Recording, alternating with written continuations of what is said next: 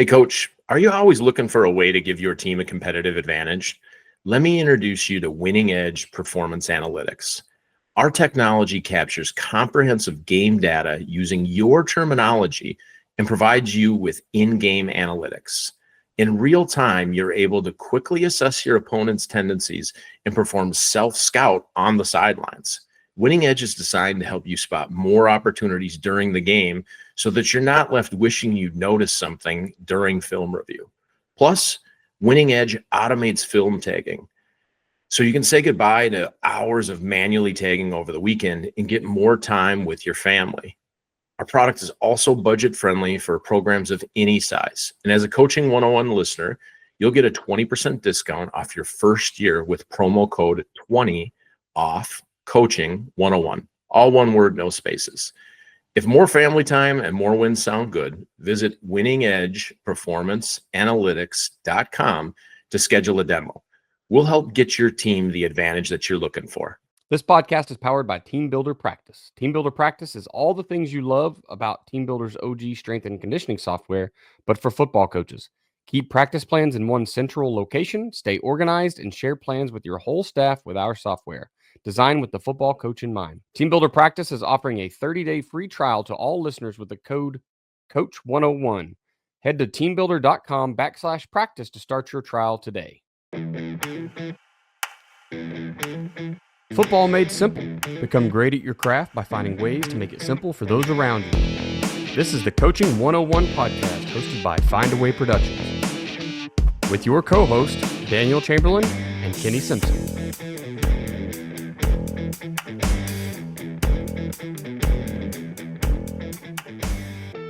Good morning, guys. Daniel Chamberlain here, Coaching 101 podcast. We are without Kenny Simpson today. He has hit the end of school year busy schedule. I think his son Braden is getting a whole bunch of awards at an award ceremony this morning or something. So Kenny's out, but I am joined today by Coach Jason Parker. Coach, how's things, man? Going good in the middle of spring ball. Yeah, spring ball is that's kind of, especially here in Oklahoma, right? We're all taking advantage of that. I think Arkansas gets some of that. There's quite a few states that are doing spring ball now. Not all of them though. It's still kind of well, some do, some don't, I guess. Yeah, I was interested in some of the guys in the military group chat we're on talking about how they can not practice or can, and seeing how the different states operate. Yeah, for sure. Talking to, I think it was the Wisconsin guys this year, got unlimited contact, unlimited hours this year voted in. So I have a feeling they'll be running some kids to death, and hopefully the high IQ coaches will be like, "That's fun, but we're gonna do some and not everything." Right. That would be crazy. Well, sweet, man. Hey, thanks for joining us on the podcast today. Real quick, why don't you give us your elevator speech? Kind of introduce us to you. Tell us about yourself. Jason Parker, 46 years old today. Originally from Louisiana, moved up here to Oklahoma. I was about 10, 11. Actually graduated from Pensacola, went and played football at Arkansas State. Might have partied a little much and flunked out, and went to NSU and played for Coach Eckert back in the glory days when that was going on, and joining the Air Force after that. Played another year of football at Division III McMurray when I was 27. Got out of the military, worked in the oil field. Had done that most of my life anyways, and that went kerflap. And when I was about 37 years old, I was wondering what I was going to do, and coaching my son's little league team when I just started coaching football, and decided to get into it, and ended up getting a job as the defensive coordinator at Pensacola. A buddy of mine had taken the head job there and spent 1 year as an assistant, and then took over as the head coach the following year. And I just completed my 7th year here, and 8th year as coaching, and 7th year as a head coach. That's wild, and not a lot of people get to do the 1 year and then you're the head coach. That doesn't happen a lot.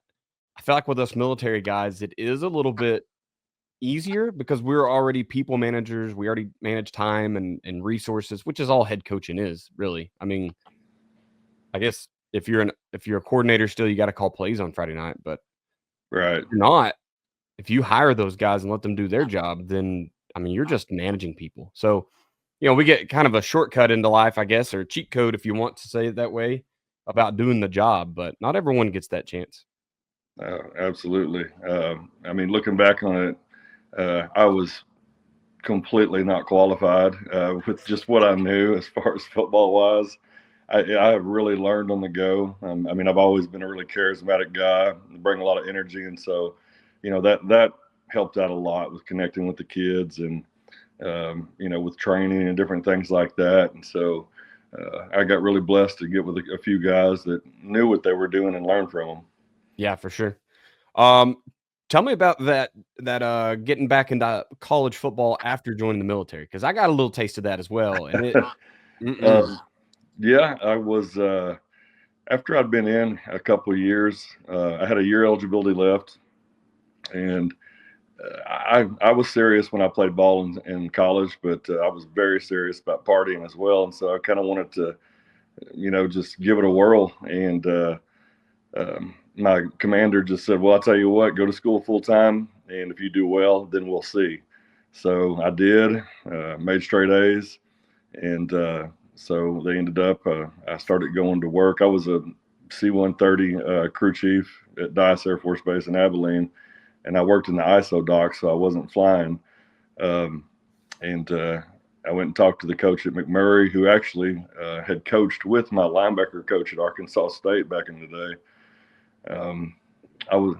The biggest thing that I remember is just the training and getting ready. I was in shape, but I wasn't in football shape. I pulled my hamstring, my groin numerous times. And so it was an experience. And just, I mean, I was working, they let me off early. I'd work 7 to 3, go to practice 7 to 2:30. Then I go to practice from 3 to 5:45. And then I go to class from 6 to 9.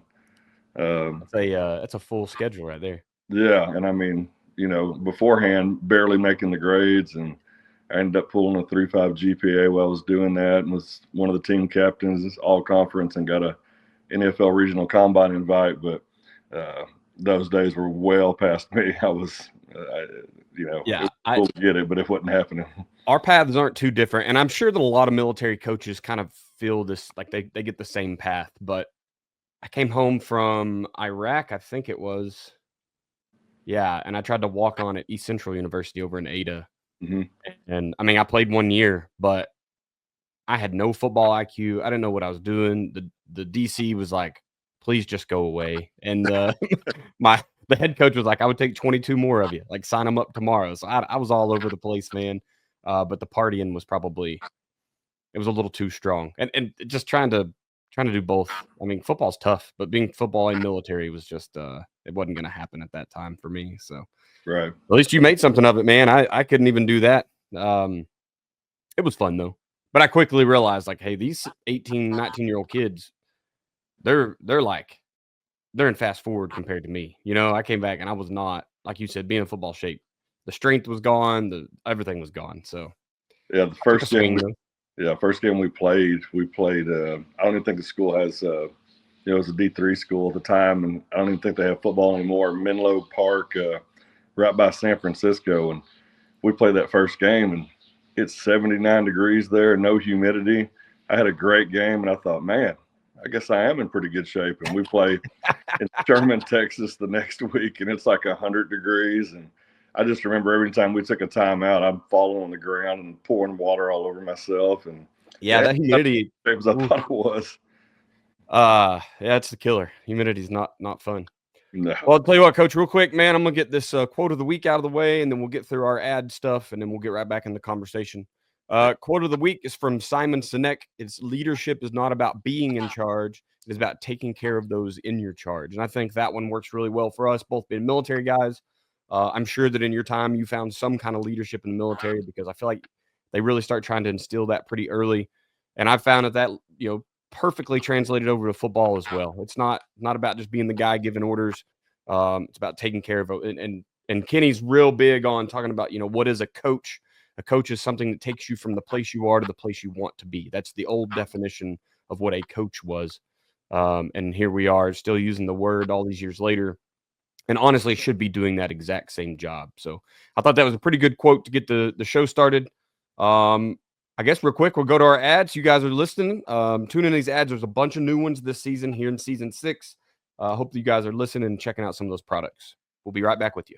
What's up, coaches? I want to talk to you for just a few moments about your program. You know, the longer I'm in this profession, the more I understand that efficiency is truly the name of the game. We're talking offense, defense, doesn't matter, right? Eventually, you're going to come down to checking out your efficiency. So I have to ask you, are you doing everything in your program the most efficient way, right? Are you fundraising the most efficient way? Are you representing your players and your program to the public in the best way? Are you planning to build the facilities the most efficient way? If you answered no to any of those, or really even if you answered yes to all of them, and you haven't contacted Mark Bridges at Ace Sports, you're missing a key step. So look, Mark and his team, you know, they are the go-to group for video board and scoreboard installations for your school. They're not just football either. Mark can help you mock up your newest video board for your that new stadium, or maybe even your old stadium, right? That's where Mark and the guys come in. And we're not just buying a flashy thing, right? Yes, it's nice. It's pretty neat to have that big scoreboard, that big video board, but you're also, you know, you're investing back into that program. You're investing into that newest fundraiser. Sure, you can keep selling your discount cards, your beef jerky, hosting pie auctions, whatever it is that you like to do. But let's just be honest with ourselves, guys. We're not making enough money for those big ticket items. For the big ticket items like turf, an indoor facility, that's where you need a big ticket item fundraiser. That's what Ace Sports is offering you today. Guys, I've talked to Mark several times now, all right? And it always comes down to big school, small school, right? Well, of course, the big schools can afford that new video board, but the small schools really can't. It's just not true anymore, man. Your school isn't too small, and I promise, okay? 1A, 2A schools, it doesn't matter. Mark and the guys, they're helping them out. Contact Mark today at mark.bridges@acesports.com and let him come give you a quote. Let him show you and your administration the plan. Now, really, it's the cheat code, right? Let him show you the cheat code that is fundraising with Ace Sports video boards. Tell him Daniel sent you. This episode is brought to you by Athletic Speed and Movement. At athleticspeedmovement.com, we've taken Del Basquet's 45 years of speed and movement training and put it all in one place just for you. You can get the same training that NFL players have been getting for years, collegiate players have been getting for years, and now high schools across the nation are paying thousands of dollars to bring Dell in to install his system, but we've got it online for you. It's time to help your team become faster, not just in the 40, not just their sprint speed, but between the tackles and their cuts while they're chasing down the quarterback. It's time for you to help them become faster everywhere. Jump over to athleticspeedmovement.com. There's an orange button there. Just click it. It says, get the keys to playing faster. You'll get the 3 core movement video from Dell. He's explaining the science behind it, all for just the price of your email. Check it out, athleticspeedmovement.com. All right, guys, thanks for listening to the ads this time. Listen, I know Ace Sports has been with us a while. Please get a hold of Mark, or if you can figure out who your regional guy is. If you're up in Kentucky, talking to RJ and those guys here, Ryan here in Oklahoma. There's some new ones just added in Louisiana. So there's people all over the place now representing Ace Sports. But Mark's still the guy, mark.bridges@acesports.com. If you need a video board, if you need a big ticket income fundraising item, that's the guy to talk to. I also want to talk about Team Builder practice for just a moment. You've seen the ad. Team Builder is going to be, it's always been neat for the kind of strength and conditioning side. They're getting into this practice side now, helping you schedule out your practices. I still think the neatest thing is you just have a notebook digitally you can give to a new coach and say, go learn everything about your position group. Here's the 10 drills you need to know. Here's the problems you can solve with them, whatever. Winning Edge Performance Analytics. Remember the code, okay? 20 off Coaching 101. So 20 and 101 are numbers there. That gets you 20% off your first year. winningedgeperformanceanalytics.com. And then Capital Varsity Sports. It's probably a little late in the season this year to get all your stuff refurbished if you're trying to send in your helmets. But get with Mike over at Capital Varsity Sports. That's an OCAPITOL. He can hook you up and get all of your stuff taken care of, all your equipment. Sweet. Let's jump into it here, man. So we kind of were talking before we hit record here, looking back at like Max Preps and looking at Picola and the records over the years. I mean, when you took over, y'all were not in a good place, right? Like I think you said you had an 0-10 season, if I'm not mistaken, which no one wants an 0-10 season, but when you're looking at it now where you are, like, I'm sure that you're like, hey, we needed that, or I'm glad that we, built from there. But those had to be some tough years, huh? They were, but I mean, it's also when I first started coaching, so I had a lot of enthusiasm. It'd definitely be hard to go do something like that again right now, but it just that Picola was I went to about 20 different elementary schools just growing up. I wasn't military, just my parents moved around quite a bit. And when I got to Picola as a 6th grader, then came there in the 7th grade, that was the first time I've been to a school 2 years in a row. So, getting to Pensacola, I had a lot of pride there where I'd been, and just excited to get after things. But, they went to the playoffs in 2016, the year before I got there as an assistant. And then we went 2-7 my first year there as an assistant. And one of those wins was a JV team. So, just not a lot of success there. And then the next year, my first year, we bumped up to 2A. And I mean, good God, in our district, we had buy-in when they had both the Wright brothers there, and the Holland Hall, Spyro was top 10 at the time. I mean, it was just absolute murderer's row, and we got after it. But we actually stayed in some games, and so got a lot of fight out of the kids. But by the third quarter, if we were in one, we ended up getting it put on us. Yeah, I was at Stillwell a few years ago, and kind of the same thing that y'all did here. They were, if I remember, I was 4 wins in 5 seasons. I mean, they had a bunch of 1-win seasons and a no-win season, and we went on there and went 5-5. But there's still games that I felt like we were in a game with Hilldale until. And you guys that aren't in Oklahoma, I realize we're using a whole bunch of school names that are very local to us. Coach and I are currently sitting about 2 hours apart from each other, so. Anyway, you can look them up or just understand these are regional schools that are pretty good or pretty bad or whatever. But Hilldale's always been really good. Very, very well coached team. And somehow we stuck it in there to the fourth quarter. I think it was a 7-point game and they beat us by 28 or something. Like they just opened it up. When we ran out of bullets, the game was over. You know what I mean? So I understand, man. And that's sometimes all you can ask of your kids is just to be competitive with teams, right? Like there's state championship teams that on week 1, like those guys are going to be in the big game, whether they win it or not. Yeah, you want to knock them off, but you also have to be realistic with yourself, and the odds are not in your favor. But if you can go out and be competitive until their depth just outruns you, then we had a good game.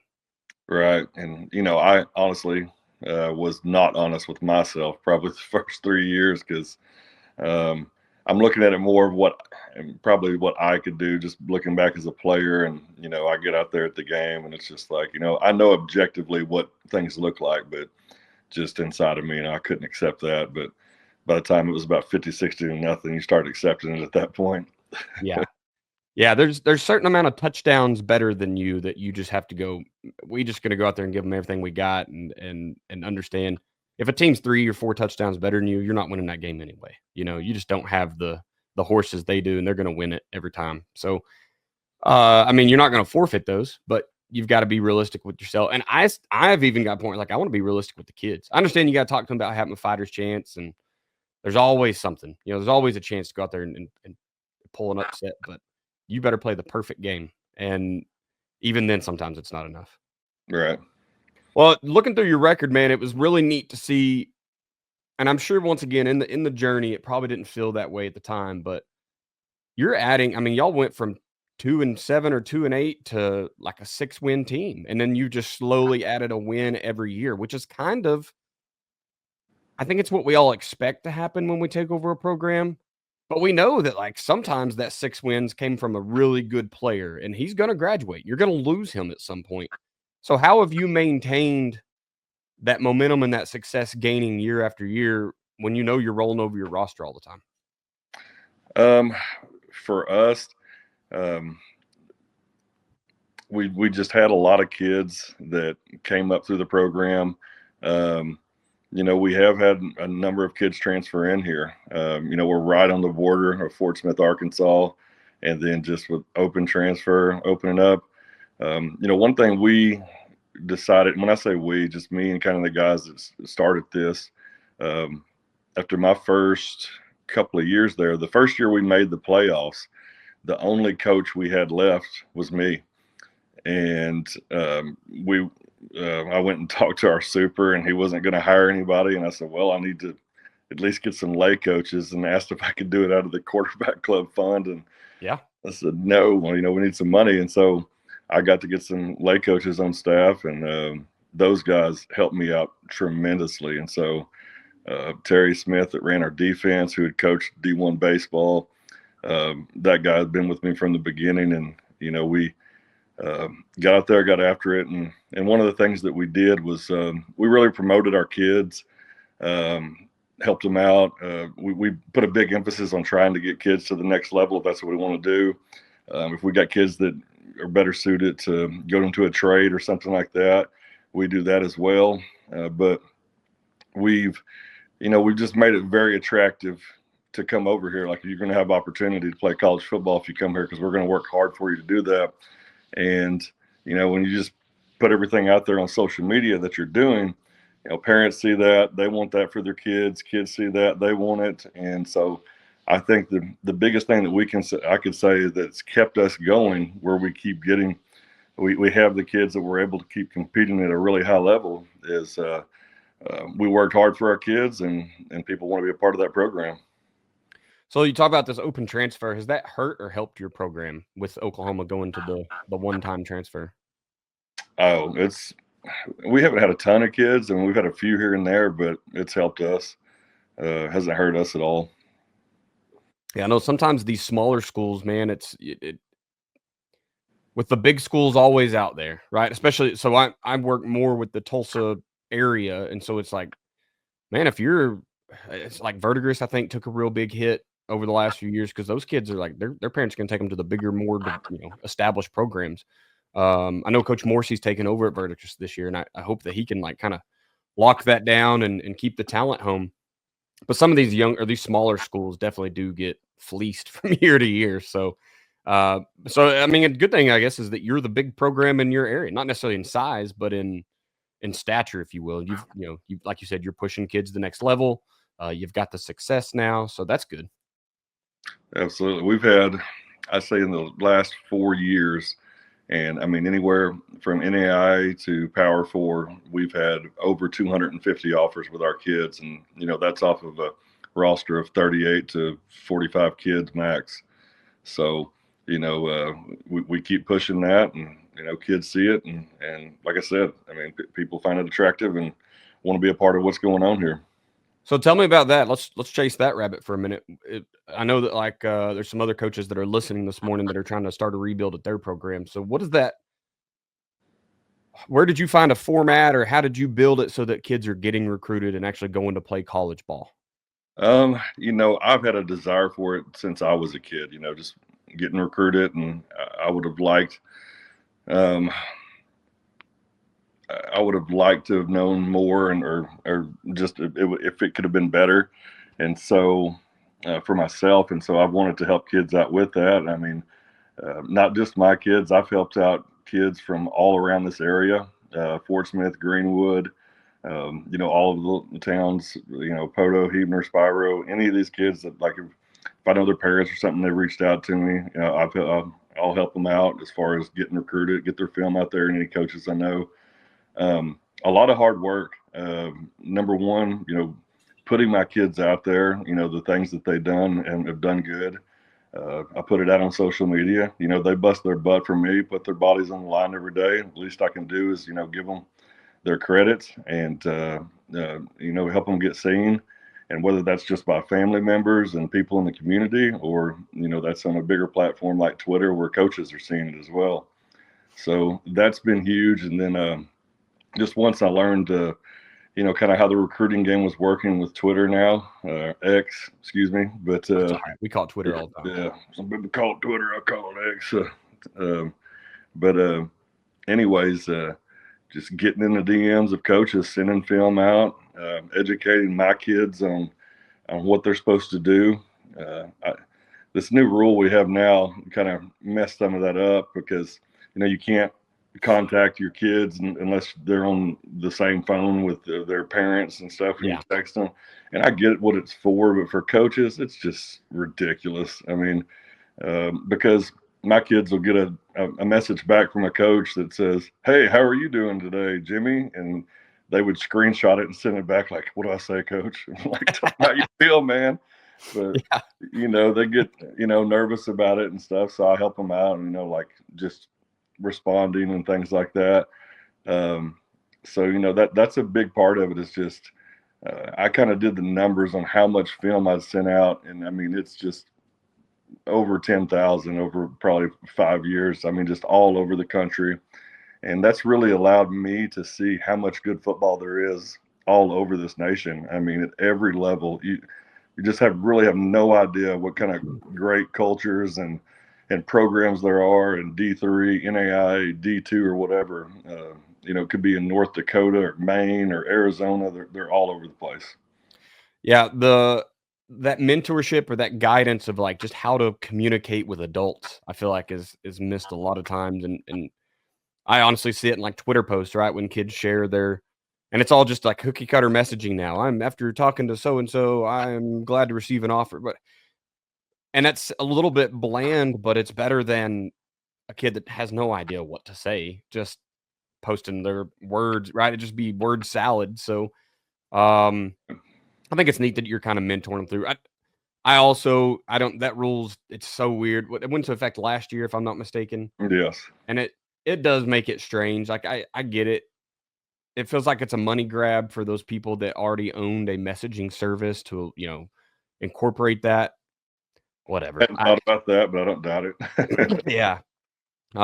You have to ask sometime who's up there shouting the loudest. Maybe people with the most to gain, the people on the financial end. But Right. whatever. I mean, if it keeps some kids safe, we can modify our behavior and work through it. I think it'll be okay. But anyway, it is nice whenever you're just trying to communicate with the kid about, hey, get your tape out or whatever, and it's you got to talk to 6 people at once, so Right. it's real chaotic. Yes. So let's I moved your notes. What did I do? There it is. Jumping on the next piece here. So in those first couple of years, as you started kind of seeing some improvement in your teams, what do you think the key pieces were from like your 2-win season to your 6-win season? Because those were, I think, back to back, if I saw it correctly. So what made that big jump for you? Was it, hey, you had some years to get your system installed? Was it a kid came through, a coach joined staff? Do you have any idea what the big thing was that year, or was it just a conglomerate? A little bit of everything that you just mentioned, actually. I started kind of understanding some stuff offensively, and I actually moved. I've always been a defensive guy and played linebacker in college, and then I started running the offense primarily that year. And I was like, now we're throwing the ball all over the place, but we were running unbalanced single wing at that time, and so I've changed up quite a bit and adapted over time with my kids. But we did that. Like I said, my buddy that started coaching with me, Terry Smith, he took over the defense, and just a really intelligent guy, and real fiery coach, and that helped out. The guys that we got on staff with us to help that were lay coaches just helped out tremendously. And then we did have a family move in from Fort Smith, and they've the Hardwick family, and that was really big because we had a really good group of kids that we thought could really turn the corner. And then when they got there, Ian was the oldest. There was 3, and Ian played quarterback and safety for us that year. Tremendous player, great leader. He helped a lot. And then we just had some kids that had just bought into the system, have been tired of losing. The last year that we lost during the COVID year, we played Vian, and I mean, it was going to be ugly, but I had all these young kids that I knew they needed time, and I talked to Coach Willis there at Vian, and I said, hey, I don't want to just like admit defeat, but let's just be realistic here. And I said, I don't want you to think it's weird, but I don't want a running clock in the second half. I was like, I've got to get these kids time. And about 84-0 in the fourth quarter, I was like, let's go ahead and get it running. And at the very end of it, and he still felt bad at the end. I'm like, Coach, you're calling fullback dive and toss. I mean, it's not a big deal. It's just I'm trying to get kids out here to get reps and play. So we had to, and we did the same thing at Cassia Hall the next week. And so that's part of like turning a program around. You've got to take some of that stuff on the chin. You've got to get the kids out there and get the reps and go through the hard times. I mean, it's in order to do that, it's not pretty, and it's not comfortable, but it pays off in the end. How did you communicate like with the kids about that and with parents? Because I can see the mob around here would start and be wanting to run people out of town. So how did you handle that? I mean, with the kids, I don't know, they just kind of bought in. I just explained to them, I was like, guys, we're going to, at that point, that was the COVID year. And I think, you were allowed to go play in a playoff game the first round. Everybody was in, right? But our numbers were so bad. And we just had people out, and we were going to play Eufaula. I think we would have to in the first round. They were really good that year. And so I was like, guys, if we can go out and, do these 2 games and get better, and then the last game of the year we had, go win that. I was like, we'll go do this Eufaula game. But if not, it's like, we're not going to do it. We're too beat up. And so we did the first 2 games and got after it. But the third game that we played, we ended up losing in it, so it didn't go. But it really just kind of set the tone moving forward. The kids, they didn't quit fighting, regardless of the score and everything. So, yeah, I mean, some parents, like, I didn't really hear much, to tell the truth. So, I mean, for whatever reason. I know that communication's hard to have. It's hard to talk about, like, hey, we're not good. That's really hard, especially if you're the new head coach and you're like, I'm supposed to bring all this gusto with me and we're going to go win them all. And then, but you gotta be real. And if you oversell what you're going to do, the improvements you're going to make, then they really want you gone. Like, well, you said you're going to win every game this year. And now here we are, 5-5 or worse. So I know it's communication. It's got to be had, but you got to be doing it right. You can't, what is the old under promise and over perform or whatever? Like, that's, I feel like a good way to go about it, but also who's hiring a guy that's like, yeah, I'll go win 2 games. Like, so I just feel like that has to be pretty hard. I think your administration would be understanding, and the kids, because you spend time with them. I just feel like the parents would be the hang up. Well, I mean, at the time, Picola, and this is part of it. I mean, it's actually been tougher once we started winning than when we were losing. Football has just not been something big here. There was some good years in the 70s when the program first started, and the beginning of the 80s, like 81. When I graduated in 98, when we went to the playoffs that year in the 97 season, that was the first time in 13 years. Right. And so, there's been a few bright spots. The 2017 won district and went to the second round. But then, we've been to the playoffs 4 years in a row and went to the quarterfinals this year. And before that, 2 years in a row was the most anyone had ever been. So we retired. The only player that's went to the NFL from here is Jersey, not this year, but the year before. So this has always been a basketball school. And I mean, and it still is. I mean, we've went to the state tournament for 4 years in a row, and 2 runner-up finishes 2 years in a row. And the girls have won every year. And softball is big. And I mean, I'm completely supportive of all those programs. Want them to do great, push my kids to play in them.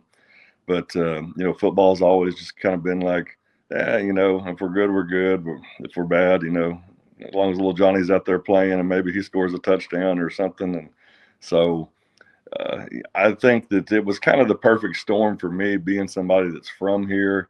Like I said, a charismatic guy. The kids liked me. And so a lot of other places, I don't believe I would have gotten the opportunity to go through all those losses like I did and to get the program here. So, that's a lot of it. Yeah, there's the good and bad with the being a basketball school, right? Because the expectations are lower, so you have more time to turn it around, but sometimes you can lack the support as well, right? Like you said, your first year, like, no, we're not going to hire anybody. How am I going to run a team by myself? That doesn't make sense. There's another very small school that I knew last year's head coach, and he was the same way. He's like, no, I ran it all by myself. They did not hire an assistant, and they would not hire assistants. That's asinine to expect someone to go out and all that game planning and stats and tagging film and running practice. And like in a game, it's about the easiest, right? Because you just call a play. There's only 11 kids, but man, you got to practice all that stuff.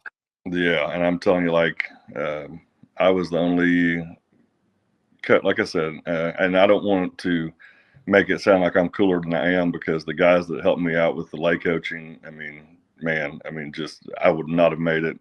But for about 3 years there, I was the only high school and junior high coach hired by the school. So, I'm leaving practice and hauling butt with the junior high kids and telling them to run out there and start stretching while I'm carrying water bottles out there. And, it was tough. I mean, it definitely led to some burnout over the past few years, but we've actually got, we just hired 2 new guys.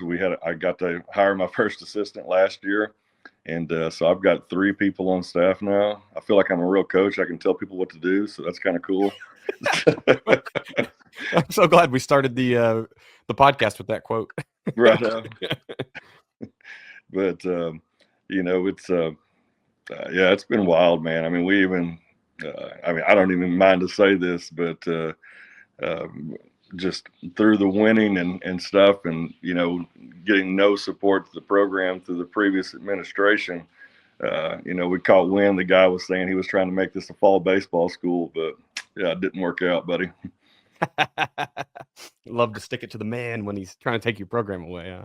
That's right. Let's talk about burnout, Coach. So you brought it up. It wasn't really on the paper here, but that's something that I think a lot of coaches go through. I don't know what year it hits. Some guys, I've got to be in an office and work with Bill Blankenship, who's been at it 30, I think this is 31st season. And that's a dude that's just going to keep on ticking. He loves it. And right. And I mean, his path is different than others. He's been to all kinds of levels. Then there's, guys that have never left a 1A school. But burnout, I feel like, hits all of us at some point. So how did you kind of combat that? You talked about it. It hit you a few years ago. What did you do to stay in the game, to keep yourself right so that, you weren't lacking as a coach and hurting the program? Man, just toughing it out. I mean, I know that sounds just basic, but I mean, there really ain't nothing to say because when you start feeling like that, the joy of being out there, it starts going away. It gets tough. I mean, it's stressful on you, it's stressful on your family. But that's one thing. I mean, my wife is super supportive. We've been married for 20 years and, my son's going to be a senior on the team. So, he's seen everything that's went on through here. And I've got a daughter that's 13, plays softball. So, just having them, being really supportive was great. And, the guys that I work with and the kids, when it gets bad, just something seems to happen. And I just kind of think that's God working through them at different times to say things to you, to pick you up. But the burnout was just a mix of everything it took to get things going around here. I'm a very energetic, loud guy. I get after it. And so with that, trying to will my team to win sometimes, and I've learned from that. Don't want to give myself an aneurysm anymore, but doing all those different things and then, fighting with admin to try to get some money to get your program going and I could have left. I mean, obviously that's the easy answer. I had job opportunities once we started winning, but this is where I'm from. And, until, the Lord puts it on my heart, then I need to be somewhere else. This is where I'm going to be.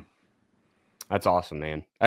You're right. And this is the generation or the era of just go somewhere easier, right? Like one of those Twitter coaches the other day was putting it out there about, kids, you need to leave that little program and go to the big one that can help you out. And I'm just like, what are you talking about here, coach? Like, it's bad enough that like the mainstream media is kind of pushing that narrative. Like we can't, cannibalize ourselves here as coaches and start talking about leave the place where things are hard and go where it's easy. But as coaches, we can't do it either, right? You got to kind of find a place and make it your home and stick it out and fight through whatever trials get sent your way, whether that's 0-10 seasons or injuries or whatever. That's tough. Right. I hope that your new administration is very supportive for you because it sounds like you've got everything going your way. Man, they are, and I'm super thankful for that. Super thankful for that. It's like I said, I've had several coaches hired on. We got helmets and shoulder pads, things you need for football. And And I say that being, kind of goofy about it, but like I'm so thankful. Like the spot that we're in right now, and I'm not looking over my shoulder, nonsense and things like that. So supporting the community is great. So I'm really happy. That's awesome.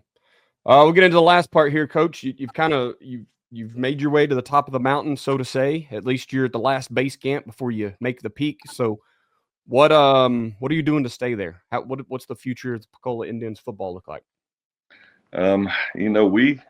We lost some big time players off this team last year. The seniors that just graduated, they never missed the playoffs. And last year we had 3 losses, and 2 of those, one was to Vian, who lost to the in-a-state title game in 2A2. And then our other 2 losses was to 47-40 to Rejoice Christian. They won the state championship game. They were in our district, and then we lost to Hooker at Hooker. We had to drive 8,000 miles to get there, and that was a long one. I remember you posted. What was it? Was it 600 miles or something ridiculous? Who knows? It was I think 7.5 hours. We would have just went nonstop. But that's crazy. But they were a really good team, and we were up 22-12 in the second quarter. And it's like, man, here we go. We're about to get this. And we're like, man, we want this rematch with Rejoice in the championship. And they took a drive there right before the half, and they made some great plays. I mean, they were a really good team. And, we lost that game, but it was, it was really cool on the drive out there, just thinking about where we come from and how we got there. And even we lost, it really hurt. We really had, dreams of a state title. And but at the same time, man, we've accomplished a lot here, and I'm very proud of it. Going into this, the crazy thing is that we finally got us an offensive line coach hired on here, and that's, I mean, you know football, and you know how much that makes a difference, and that's Coach David Little, that's coached 30 years and been over at Northside and Fort Smith previously, making a big difference. Eric Massey, who played 4 years at Bacon's, our defensive coordinator, and then Jarrett Cannon's our OC, and did a great job last year. I mean, I called the plays the year before, and we led the state in passing and averaged 50 points a game. And 2 games into the season this year, I was like, just run with it, man. I mean, and he knew what he was doing. So, and we've had we had a few kids move in, and then the younger kids that we had that weren't maybe just like the crazy athletes that we had previous, like Dakota Terrell we had here was 6'8", that had an offer everywhere in the nation, and AJ Lyons Jarrell that really just was just a stud everywhere he played. We lost those kids, but these kids that we have this year, they're really good athletes. They can play, and they've got a chip on their shoulder that, they want to go show, hey, like, I know these guys left, but we're ready to do our thing. And so, we're having a great spring, best spring we've had since I've been here. And our goal is to win a gold ball this year. And that's not just crazy talk. I mean, it's what we plan on doing. I love it, man. That's the way to look at it. Well, man, it's been really neat to talk to you just kind of about that transition and the journey, and started off at the bottom and building all the way, right? And I hope you guys do go get that gold ball this year. Like, that'd be amazing. And stay involved with your little league program. Get around those little kids.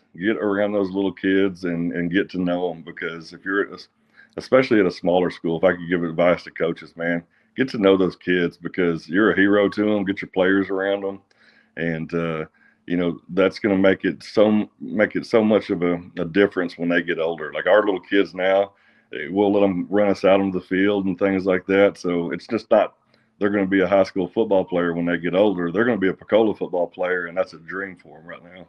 I love it. That's great. Get in with the young ones. Sweet. Look up to the sponsors real quick, Coach, and then we'll get out here and let you do all your social media stuff so people can come find you. Once again, I'll mention Ace Sports. If you're needing a video board, if you're needing funds, Coach, I'll send them your way too. Ace Sports comes out, can quote you up a video board. They're going to hold your hand through the entire thing. So they're going to help you go out and get that ed revenue, get the contract signed. They're going to hold your hand till it's paid for and in the black. That's their promise to you. Team Builder practice. If you've been using Team Builder in the past for your strength conditioning, look into new practicing. Even if you haven't, once again, I think it's a great way to plan practice. I know a lot of us are still doing it by hand or Google Sheets or whatever. This is a way to get drills and video and film, diagrams, any coaching points for a young coach to follow. All that's going to be able, you can upload all that in one place. And then Winning Edge Performance Analytics. I worked with Coach to even help make that great data input program, so you can live action while on Friday night. You can be making changes. You can track what the other team's doing tendencies wise. You can self scout, figure out what plays are hitting, what aren't. Do everything by the numbers. Of course, high school ball is kind of moving more into that analytical age. So Winning Edge Performance Analytics is a great way to kind of get your team started down that path. All right, man. Social media. If somebody wants to reach out to you and talk about the Indians, where do they go? It's Twitter. I'm at jparker_54, I think. Just you put in Jason Parker or Picola, it'll pull up, or on Facebook, I'm on there. So if you want to reach out to me, ask me about anything, be glad to talk to anyone. Awesome. And you talked about promoting your kids. Where do I go to find the Indians that are on the rise? You know, these seniors that can be recruited. To my Twitter page. Okay. So we've actually got the Braden Hardwick, our receiver, was 6th in the entire nation last year with 102 catches, 1,780 yards. So he's our big one this year, and we've got some other guys that are getting recruited and got offers as well. But yeah, so we got some good ones. Awesome. I am at Coach Chambo OK on Twitter/X. You can email me at chamberlainfootballconsulting@gmail.com.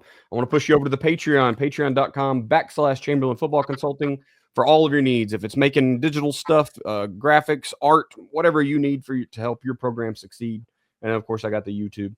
The podcast is at Coaching 101 Pod on Twitter/X. Coach, thank you so much for your time this morning. We want to thank you all for being a listener of the Coaching 101 podcast. We hope you'll join us next week as we continue to make the complex more simple. Please consider subscribing to the show so you'll always know when the new episodes are out. We'll leave you with this. It's hard to beat someone who never gives up. No matter the situation, find a way. If you wait just a second, Coach, it's going to go through this thing.